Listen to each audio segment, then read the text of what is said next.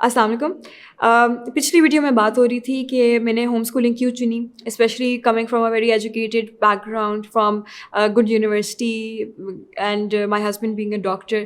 تو ہم اس کلاس سے بلانگ کرتے تھے جہاں شاید یہ بہت زیادہ ایب نارمل سمجھا جاتا تھا اور اس چیز کو بالکل موک بھی کیا جاتا تھا اور لوگ اس کو ٹھیک سے ایکسیپٹ نہیں کرتے تھے. I talked about one of the reasons in my last video, which were کہ میرا اپنا experience when I came out of university ایک جھٹکا تھا میرے لیے, which made me realize کہ اسکولنگ میں وہ نہیں آپ کو سکھاتے جو کہ آپ کو اصل میں زندگی جینے کے لیے چاہیے ہوتا ہے.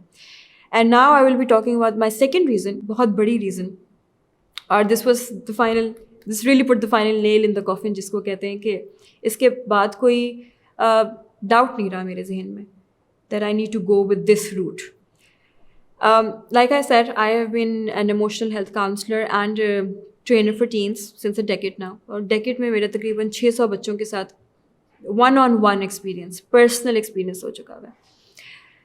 اتنی زیادہ ڈکلائن ہے ہمارے بچوں کی morality میں, بیسک تمیز میں, simple decency, civilization میں, کہ it is shocking. I remember a few years ago جب ہماری کلاسز ہوتی تھیں اور کوئی ٹیچر ہے, کوئی پیرنٹ ہے, اس کے لیے دروازہ کھولا جاتا تھا. بچے بھاگتے تھے, دروازہ کھولتے تھے, تھینک یو کہتے تھے, سلام کرتے تھے. اب یہ صورتحال, اور یہ بہت ایک چھوٹی سی ایگزامپل ہے لیکن اسپیشلی کیونکہ I also belong to psychology background, I have a psychology background, اور ہمارا جو انسٹیٹیوٹ بھی ہے وہ بھی ہیومن بیہیویئر انسٹیٹیوٹ ہے. تو یہ چھوٹی چھوٹی چیزیں اصل میں بہت بڑی ہوتی ہیں, دے مین اے لاٹ. تو اب اگر آپ دیکھیں تو بڑے دروازہ کھول رہے ہوتے ہیں, بچے گزرتے جاتے ہیں, کوئی مڑ کے تھینک یو بھی نہیں کہتا, لیٹ الون کے دروازہ پکڑ دے کہ نہیں پلیز آپ جائیں. اتنا ریپڈ ڈکلائن تھا جو میں نے نوٹس کرنا شروع کیا ہمارے بچوں کی تربیت میں, ان کی مینرزمس میں, گرومنگ میں. ان کی چلنے کا طریقہ بدل گیا ہے, ان کے الفاظ بدل گئے ہیں, ان کے بولنے کے طریقہ بدل چکا ہوا ہے, ان کا بڑے چھوٹے کی تمیز ختم ہو چکی ہوئی ہے. Something that is very close to my heart, اور میرے لیے اتنا امپورٹنٹ ہمیشہ سے تھا کہ ایک انسان کو دوسرے انسان کی عزت کرنی چاہیے, ایک انسان کو دوسرے انسان کی قدر کرنی چاہیے. And that is empathy. That's when you realize کہ ایک دوسرا انسان بھی انسان ہے جسٹ لائک یو. اگر آپ کی جو نیڈس ہیں اور آپ کی جو آپ چاہتے ہیں کہ آپ کو کوئی پیار کرے, عزت کرے, آپ کو سمجھے, آپ وہی دوسرے کے لیے بھی پسند کریں گے. اور یہ ہمارے دین کا بھی یہی فلاسفی ہے. جب میں نے یہ نوٹس کرنا شروع کیا ایک اینڈ پہ بچوں کا ڈکلائن, اور پھر جو وہ میرے ساتھ اسٹوریز شیئر کرتے تھے, they were absolutely horrible. Abuse کی, ہراسمنٹ کی, even suicidal thoughts in ten agers. اب تو آپ کو پتہ ہے کتنی کامن ہو چکی ہوئی ہیں, بٹ جب میں نے سننی شروع کی تھی تب اتنی کامن نہیں تھی.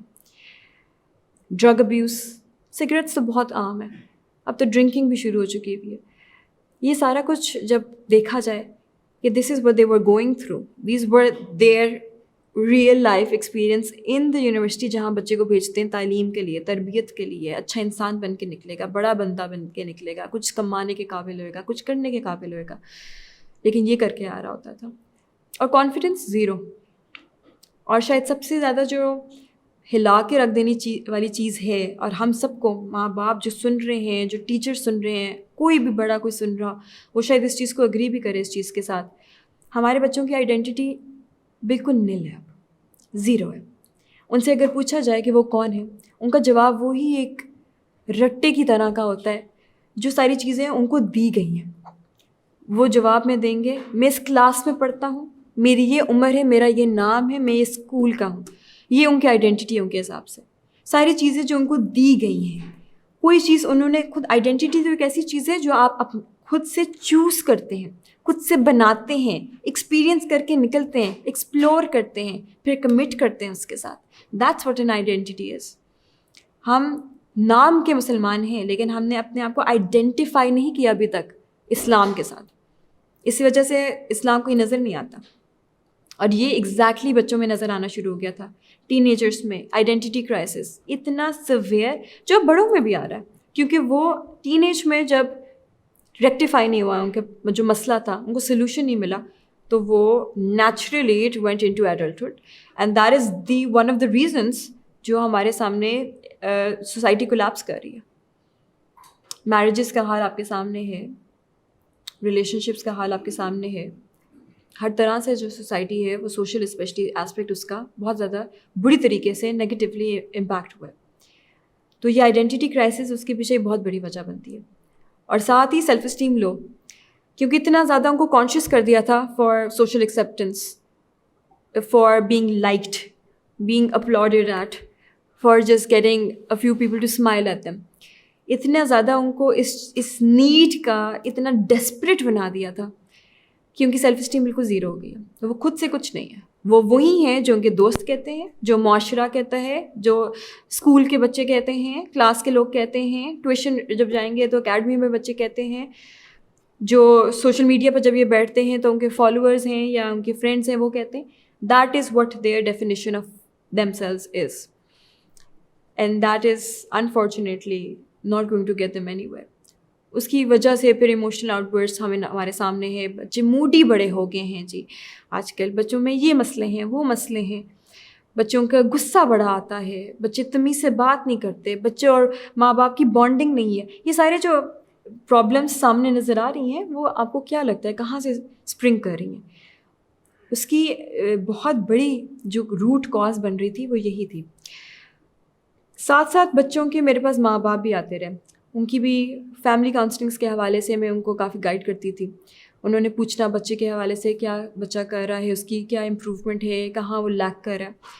تو ہماری اکثر اوقات بہت زیادہ لمبی اس پہ بات بھی ہوتی تھی اور وہ اپنی ایکسپیرینسز یا اپنے وریز بھی شیئر کرتے تھے.